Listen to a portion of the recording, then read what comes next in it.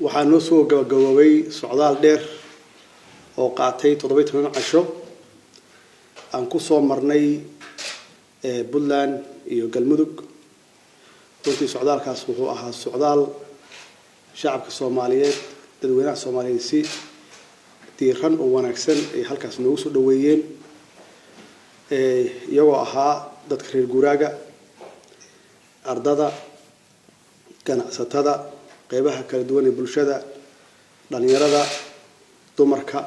Soomaaliyeed salaadiinta culimada siyaasiyiinta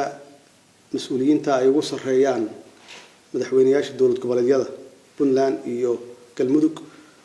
runtii aad iyo aad ayaan uga mahadcelinayaa sida wanaagsan oo walaaltinimada leh ee diiran ee halkaas noogu soo dhaweeyeen oo saacadaha badan ay u taagnaayeen qorraxda si ay u arkaan madaxdooda iyo dawladooda u arkaan taas waxaa noo soo baxday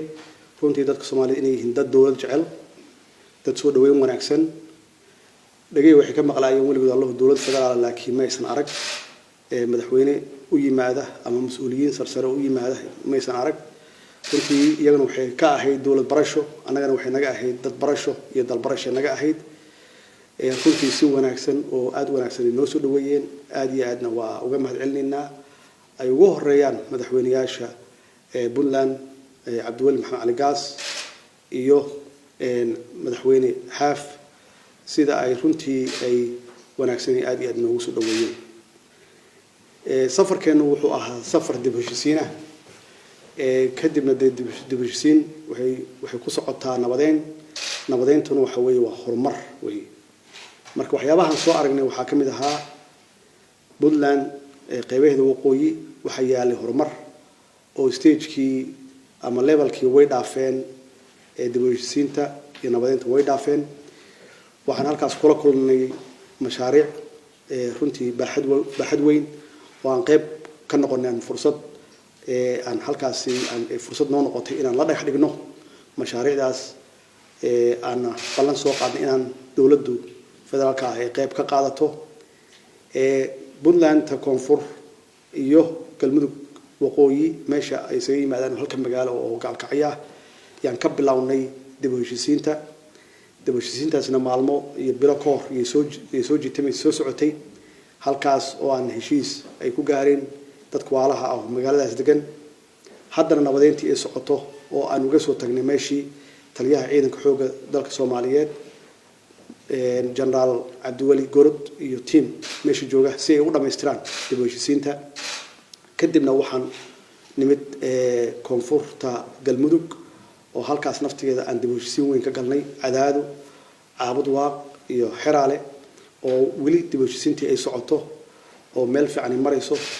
oo dadkaas Soomaaliyeed oo waalaha ah oo deegaankaas wada leh in ay ka gudbaan nabadeyn oo ay u gudbaan horumar ay u gudbaan iyada naftigeeda waxaan soo dhagax dhignay mashruucyo ugu horeeyay jidka dheer ee isku xira maxaan ku raahdaa dalka isku xira oo runtii aan ka aragnay burbur aad iyo aad u weyn oo nus saac meesha loogu talagalay inuu socoto laga yaabo in 3 saac u socoto halkaas oo aan dhagax dhignay oo aan insha Allah hadii Ilaahay yiraahdo annagoo isku tashanayna cid alla cidii na kaalmeynaysan aan gacan weydiisanayno in jidkaas burburay oo 27 sano runtii aan gacan la saarin inaan dib u soo celino aan dib u dhisno si isu socodka gaadiidka iyo baaci mushtarka iyo dadka ay u fududaato waxaan soo dhagax dhignay mashruucyo ay kamid yihiin isbitaallo iskuulo iyo xabsiyo runtiina dadku waxay u bisil yihiin inay la shaqeeyaan dawladooda ay gacan siiyaan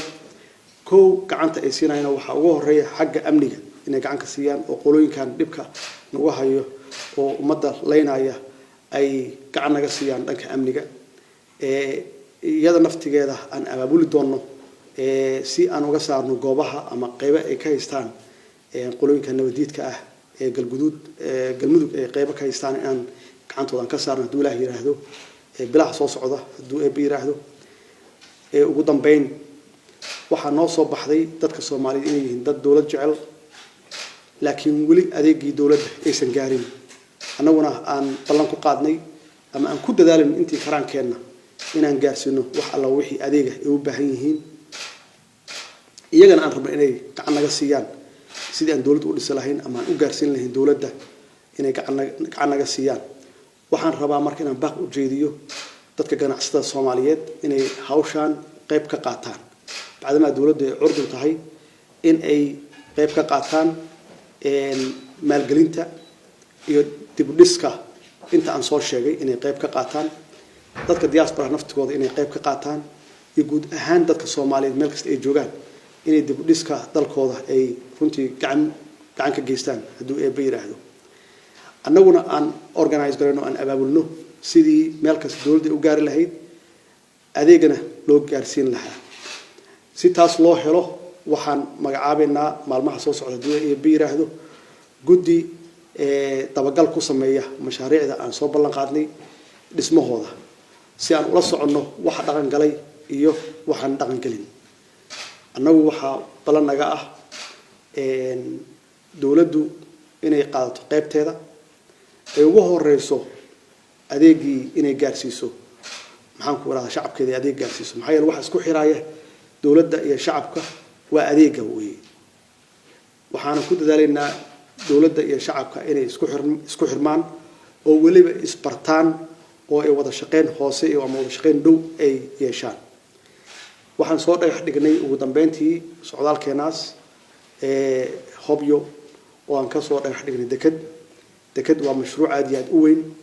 laakiin muhiimaddu waxay tahay inay niyad naga tahay inaan dalkii dhisno oo aan maxaan ku raahdaa kaabayaasha dhaqaalaha aan xoojino bacdama dalkeenu uu ku yaalo meel istiraatiijig ah uu ku yaalo aan leenahay maxaan ku raahdaa xeeb dheerna aan leenahay oo 3,300 gaaraysa